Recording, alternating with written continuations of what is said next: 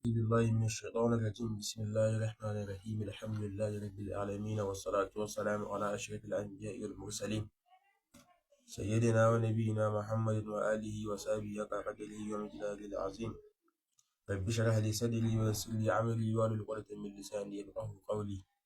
اللهم يا عليم يا حكيم علمنا ما جهلنا وذكرنا ما نسينا. سبحانك لا علم لنا إلا ما علمتنا إنك أنت العليم الحكيم. حسبنا الله ونعم الوكيل. haka ‘yan uwa masu albarka, muna sallama irin ta addinin musulunci. Assalamu alaikum wa rahmatullahi wa barakatuhu. Bisa ga izini da amincewa na Allah tabaraka wa ta'ala mai kowa mai komai, yau muna ranar Asabar, wanda ya daidai ga 8 ga watan Ramadan, shekara ta 1446, wanda ya daidai 8 ga watan March, shekara ta 2025 miladiya. insha Allah yau za mu ci gaba da littafin da muke gabatarwa na akhlaqul mustafa sallallahu alaihi wasallama na Shehu Abdullahi ibn Fodi ta gama da Allahu bi rahmatihi, wanda ya rubuta. Wanda ya ce wa kana idza atamma arka imamatahu bayna katifai. Annabi alaihi salatu wassalam ya kasance idan zai rawani, to Annabi sallallahu alaihi wasallam yana daura rawanin. Idan ya daura, wato sai ya sa su tsakanin sai ya sauko da wato kamar jela ta rawanin tsakanin kafaɗan sallallahu alaihi wasallama. Idan ya ɗaura rawanin haka, to sai ya sa su a tsakanin kafaɗinsa sallallahu alaihi wasallama. Haka yake yi. Wa kana kummuhu ilan gusu'i. Hannun rigar shi kuma sallallahu alaihi wasallama ya kasance zuwa tsintsiyar hannu ne, tsayin hannun rigarsa daga nan hannu haka zuwa nan tsintsiyar hannu. Haka nan hannun Annabi sallallahu alaihi wasallama hannun rigarsa yake. Wa dole ridaihi sittatun azru'in fi salasatin wa shibrin. Annabi sallallahu alaihi wasallama tsayin wannan mayafin Annabi sallallahu alaihi wasallama mai girma, wato tsayin mafarkin tsayin mayafin Annabi sallama, wato wanda yake yafawa, shi kuma yana zira'i 6 ne da kuma wato ɗani 3. haka tsayin mayafin Annabi alaihi salatu wasallam yake. Wa kana idaruhu 4 shibrin Allah sallallahu alaihi wasallam ya kasance da kwajalli. Wato abin da ake cewa da kwajalli, irin wannan abin da idan an je aikin haji kuma ake daurawa a jiki, kuma za su daura haka a jikin su na kafa, su daura shi haka yi, to wannan shine kwajalli. To Annabi alaihi salatu wasallam yana da wannan. Shi kuma wannan ya kasance wato kamu 3 ne, shi kuma da shi da ɗani 1. haka yake. fi ardi zira'aini wa shibran. A cikin kuma wato faɗinsa, tsayinsa shine kamu 4 da ɗani 1. A cikin kuma faɗinsa yana da kamu guda 2, kamu guda 4 da kuma ɗani 1. walam yannahu kullu launin min al-libasi. Annabi sallallahu alaihi wasallama bai hana sanya kowane launi daga kaya ba. Kowane kala Annabi alaihi salatu wasallam, kowane kala ne na dangane da kala, ba yanayin suturar ba. Ina akwai kaya wanda suka shara wanda mutum bai kamata a ce mutum ya sa su, wanda mutum ya sa su in bai sa wasu daga ciki ba ko bai ɗora wani a sama ba, bai dace ba. To amma da dangane da launi, Annabi sallallahu alaihi wasallama bai hana ba a sa kowane launi daga cikin kaya. Lakin yukrahul ashabi ahmara kalisa. Sai da Annabi sallallahu alaihi wasallama yana kin wato makruhi ne, yana ki ga sahabbansa wato su sa jan abu, jan irin ja kenan, ba marun kala ba, irin ja wanda yake kawai kalar shi ja ce, kamar jan abu dau, wanda yake irin wanda za a ga wanda yake ja ne dama shi a halittarsa.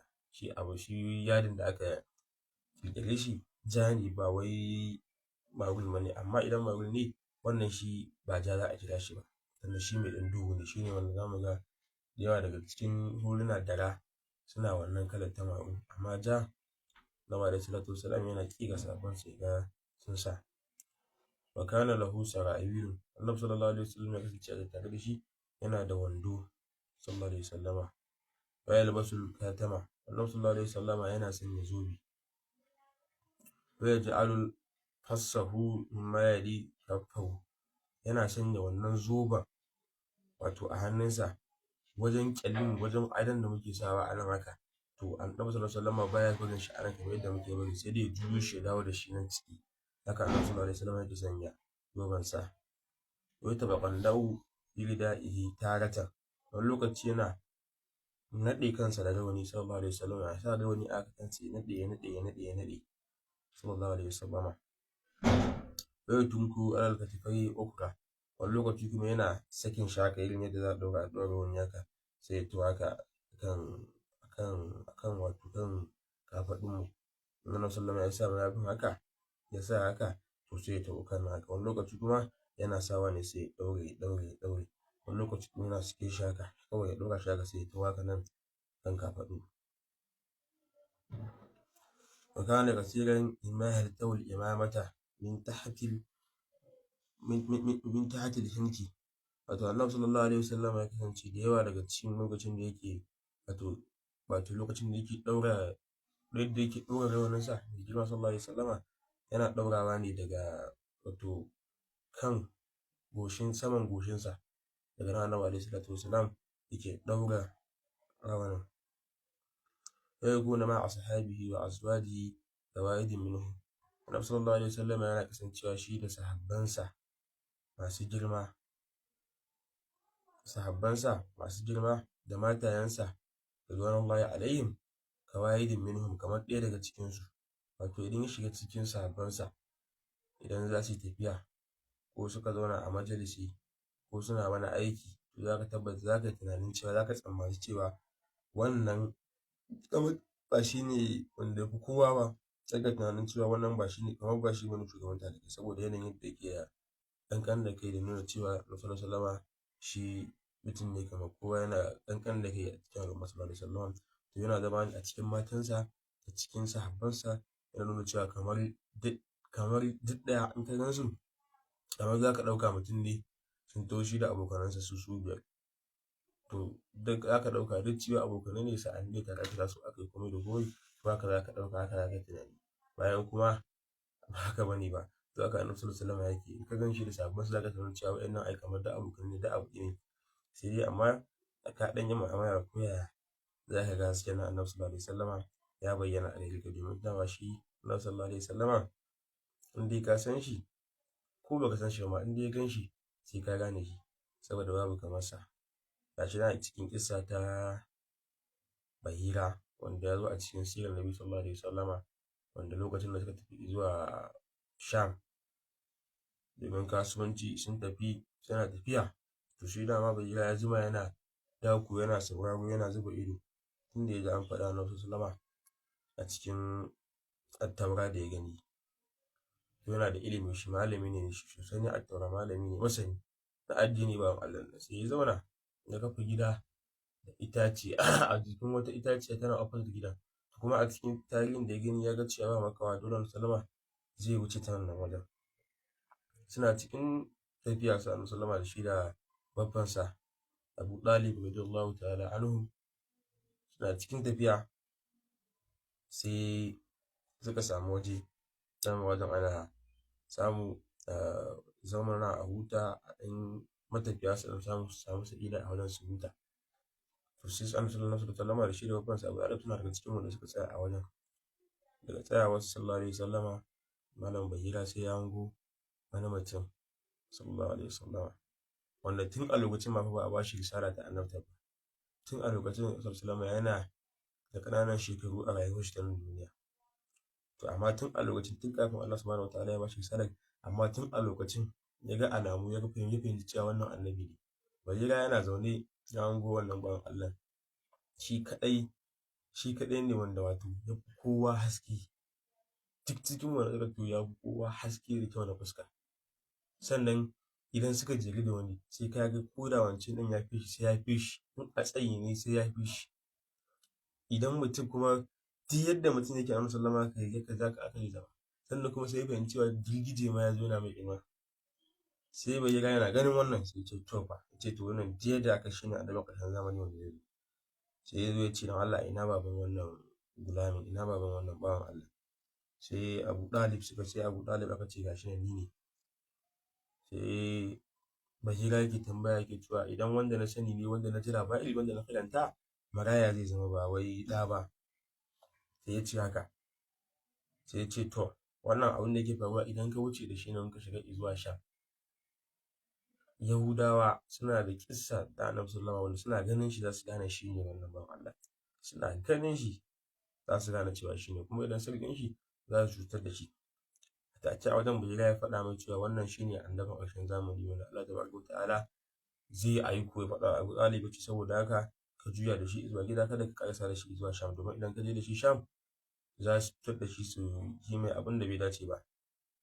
Kaga nan Annabi sallallahu alaihi wasallam tun kafin Allah tabaraka ta'ala ya aiko mai risala ta annabta, Allah ya dinga nuna isharar da wace dama shi Annabi sallallahu alaihi wasallam an san shi tun kafin ya zo duniya, kuma dama har yanzu kuma dama an san shi.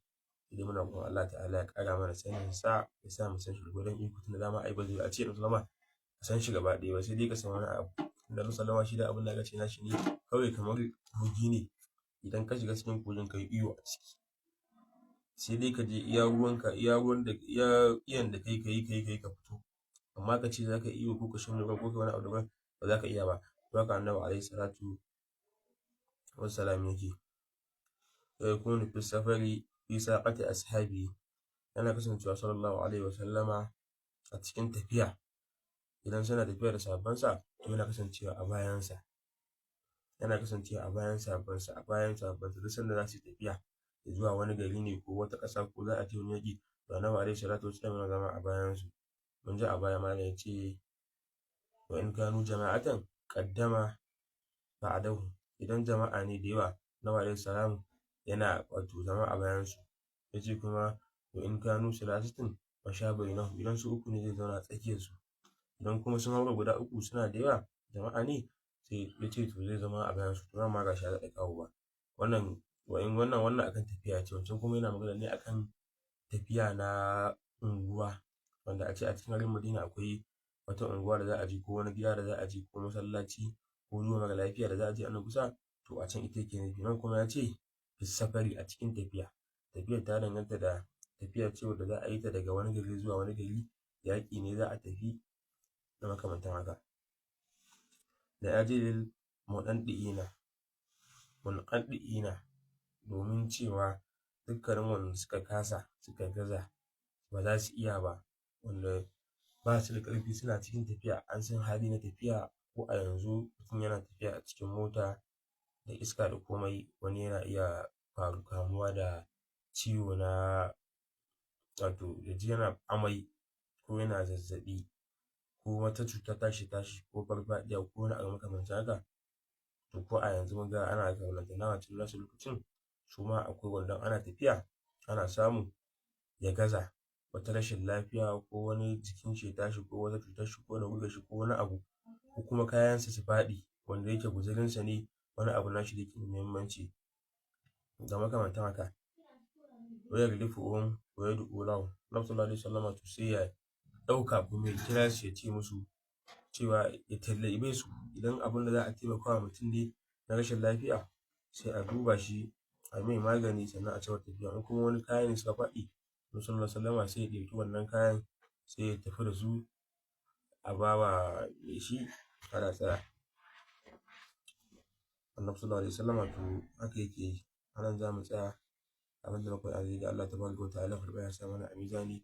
Inna mai kuskure Allah ta'ala ya gafarta mana.